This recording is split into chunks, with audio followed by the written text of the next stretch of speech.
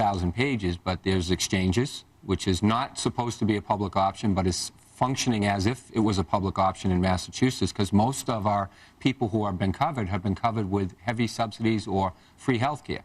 It's really serving as a second Medicaid program, this public exchange. So we have regular Medicaid that's costing us over $10 billion a year. And then you have this connector that is matching people up and giving them coverage of which they're not paying anything for. Okay, tell me what this means to the life of people up in Massachusetts. Tell me exactly how, because everybody just thinks it's going to be sunshine and lollipops, and somehow or another, Oompa Loompas are going to create, medical care for people. Tell me what this means for the average person that's lived in Massachusetts now. Higher insurance premiums. They say that they're supposed to go down. They've gone up higher in Massachusetts than I think any other state in the nation. So it has not created any competition because you only have 4 major players, 4 major insurers. So you've got more people, complete access. It's a mandate. You pay a tax if you don't sign up. Which is in this bill. Which is in the bill. I've been told over and over again that I have no solutions, and that's not my job to come up with public policy.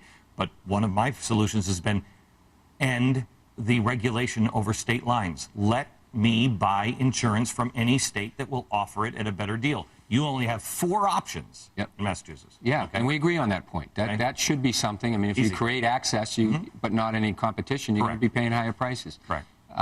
We're limiting access to community hospitals. We've got 7 community hospitals suing the state of Massachusetts. Why? Because they're not being reimbursed at a high enough rate. They're getting all the poor patients, and the government is only reimbursing them 60 to 70 cents on the dollar. So they're suing because they're going bankrupt. Those hospitals that are outside of Boston, in the neighborhoods of Massachusetts, are suing the state since this plan has been in place, which is going to really limit access, not increase access. And costs have not gone down. I mean, costs are still among the highest in the nation. I mean, we're a high-cost state anyways because we have these teaching hospitals at Harvard and Beth Israel. And so, is everybody that you run into, are they just stupid, or is there just another idea? No, I think they've been convinced that this is working. And what we said on Tuesday of this week is it's not working. It's blowing a huge hole in the budget. I was challenged by our governor to say, where have you been on this issue? We've been fighting as treasurer. I've been trying to balance the budget for the past 2 years and wondering where all the money's going.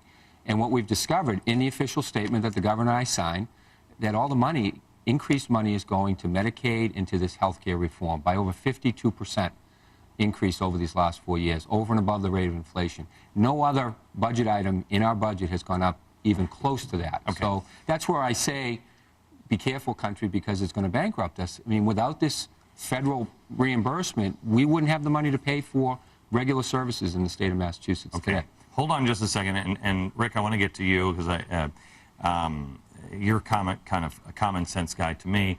But I have to go to Washington now because we have 2 people that have been standing by, Michelle Bachmann and Iowa Congressman Steve King, and you're both being called to the floor to vote.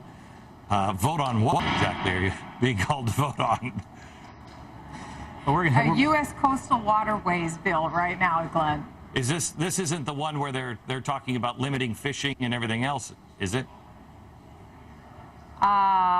Don't know if this is it or not. Okay, all right. We have a CAPS amendment up. It's an environmentalist amendment, so we have to hustle over there and vote no against the environmental extremists. Okay, all right. So tell me what you guys see happening this weekend.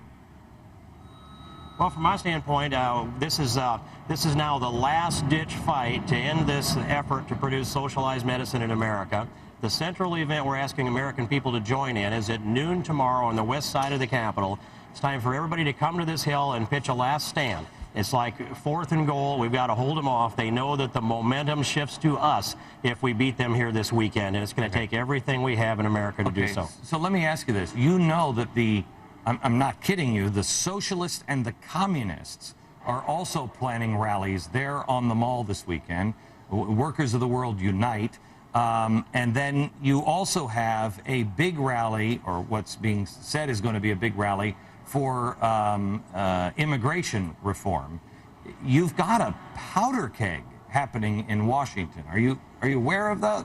Is anybody nervous about bringing everybody together like this with the tension this high in America?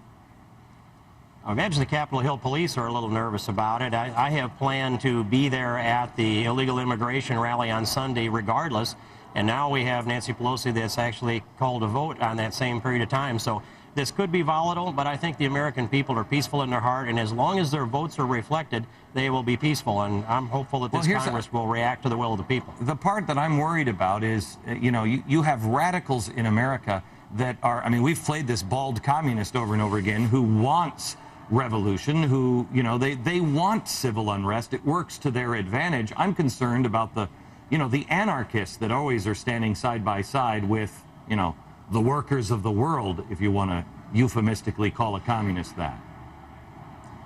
Well, Glenn, I've watched those people in the parades here in town, a human river of discontent pour down Pennsylvania Avenue.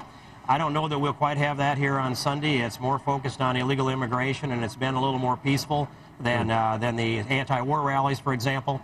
But we need the American patriots to fill this city on Saturday, to peak out at noon, and that's how they're going to get their message. If we can save America from socialized medicine, then we can deal with the rule of the law the next day.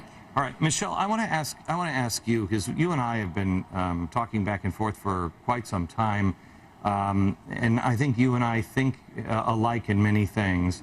And the one thing that I'm concerned over is this idea that it has permeated America, that big government is always the answer, and it has gone to the people like Lindsey Graham, et cetera, et cetera.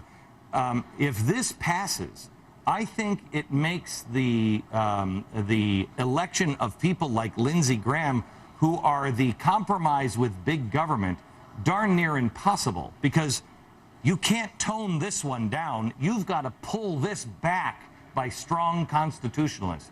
Don't we, if this passes, don't we lose really the Democratic Party to the socialists, and the Republican Party either has to be, real federalist, real people that understand controlled power, or you are going to have a third party?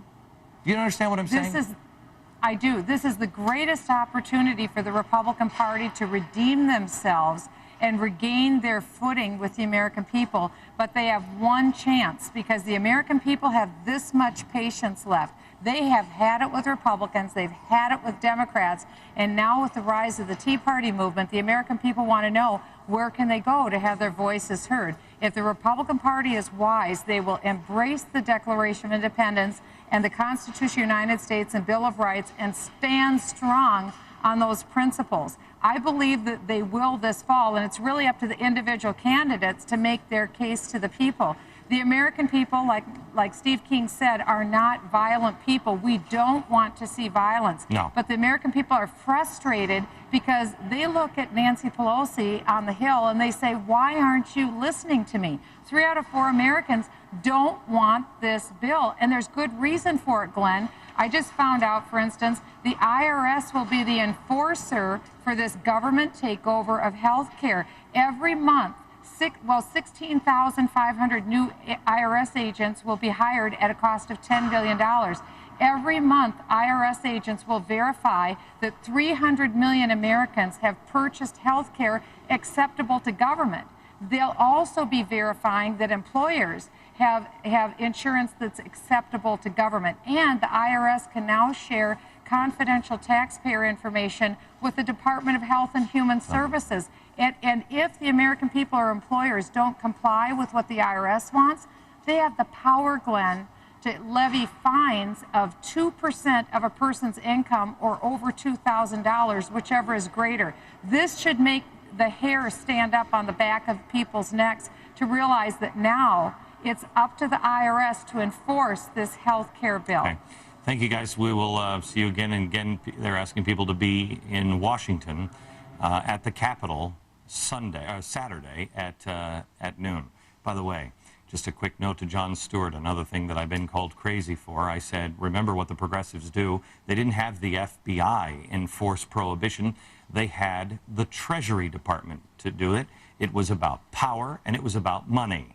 Gee, who's in the Treasury? The IRS. They will be the enforcer of health care now. Sorry we got it so wrong. Back in a minute.